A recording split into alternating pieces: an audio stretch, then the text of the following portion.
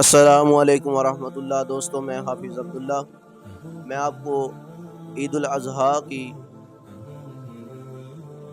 قربانی کے بارے میں چند احادیثوں سے آگاہ کروں گا۔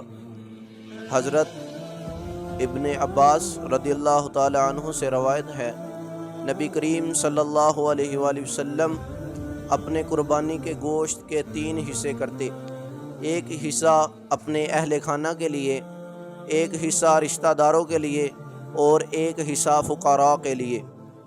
نبی کریم صلی اللہ علیہ وآلہ وسلم نے ارشاد فرمایا، جب تم ذی الحجہ کا چاند دیکھو اور تم میں سے کسی کا قربانی کا ارادہ ہو تو وہ اپنے بال اور ناخن نہ کاٹے قربانی کرنے تک۔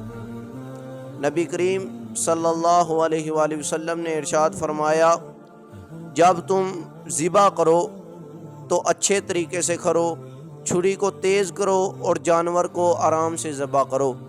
ویڈیو اچھی لگی ہو تو لائک کریں، کومنٹس کریں، آگے شیئر کریں، چینل کو سبسکرائب کریں۔